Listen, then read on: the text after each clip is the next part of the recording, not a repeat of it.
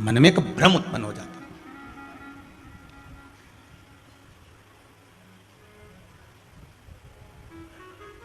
मन में एक भय उत्पन्न हो जाता है। पुरुष की पत्नी मर जाए तो भैया सवेरे सवेरे वो पुरुष निकल कर जाए तो उसका मुंह देखें कि नहीं देखें, समझना जरा। आज लोगों ने जो भ्रांतियां उत्पन्न कर रखी है, शिव महापुराण उस भ्रम को मिटाना चाहता है। इसकी पत्नी मर गई तो सवेरे सवेरे इसका मुंह देखना चाहिए कि नहीं देखना चाहिए? तो पुरुष है, उसका मुंह देखने में क्या दिक्कत है? और तुम्हें क्या मालूम कि उसकी पत्नी निपट गई, मर गई? अगर वो बिंदी लगाता, मंगलसूत्र पहनता, मांग भरता तो समझ में आता कि इसकी पत्नी चली गई तो बिंदी नहीं है, मंगलसूत्र नहीं है भाल में, मांग में सिंदूर नहीं है। पर नारी, उसका पति चले जाता है तो लोग साधारण सी भाषा में कह देते, सुबह सुबह मुंह देख लिया, ओ ऐसा, कहां जा रही थी? पूजन करने जा रही थी, उसका मुंह दिख गया। कहां लिखा? जन्म परमात्मा ने दिया है, मृत्यु परमात्मा देते हैं। महाराज, किसका संबंध, किसका साथ, किसके साथ कितना है, ये वो लिख कर भेजता है। तुम किसी का मुख देखकर ये निर्णय नहीं ले सकते कि ये गलत है कि सही है।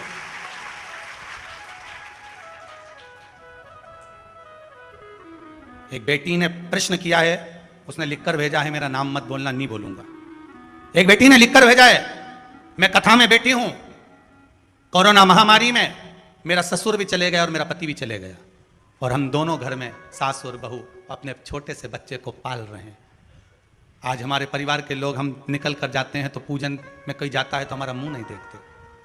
मेरा निवेदन केवल, उसका नाम नहीं लूंगा ना, उसको मैं खड़ा करूंगा। ऐसी एक बेटी नहीं, एक माता नहीं, ना जाने कितनी होंगी। अगर मुख देखने की लीला होती तो मेरे राम जी महाराज के पिताजी दशरथ जी शांत हुए थे तो मेरी 3 माताओं का भी तो मुख था।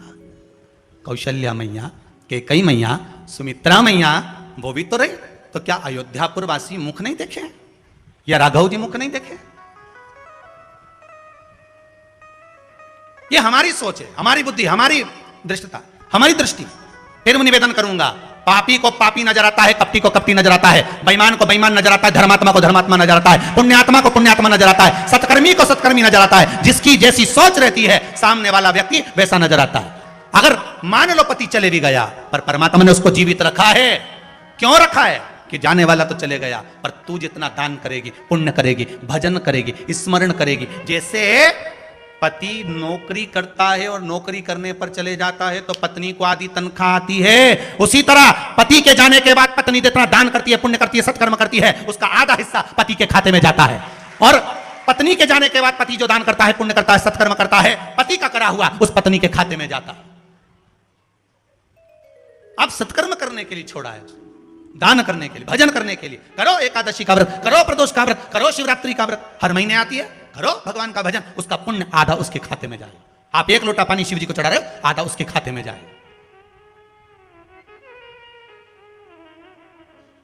मिलेगा।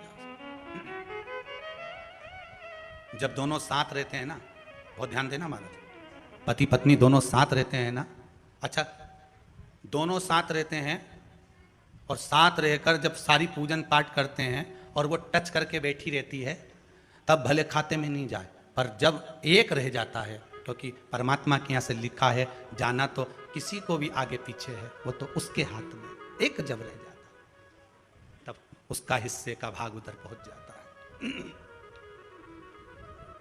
शिव कहो, भगवत भक्ति में डूबे रहो, किसी पर आक्षेप लगाना उत्तमता नहीं कि मुख नहीं देखा जाए, या कहां लिखा है, कौन कह रहा है मुख ना देखिए।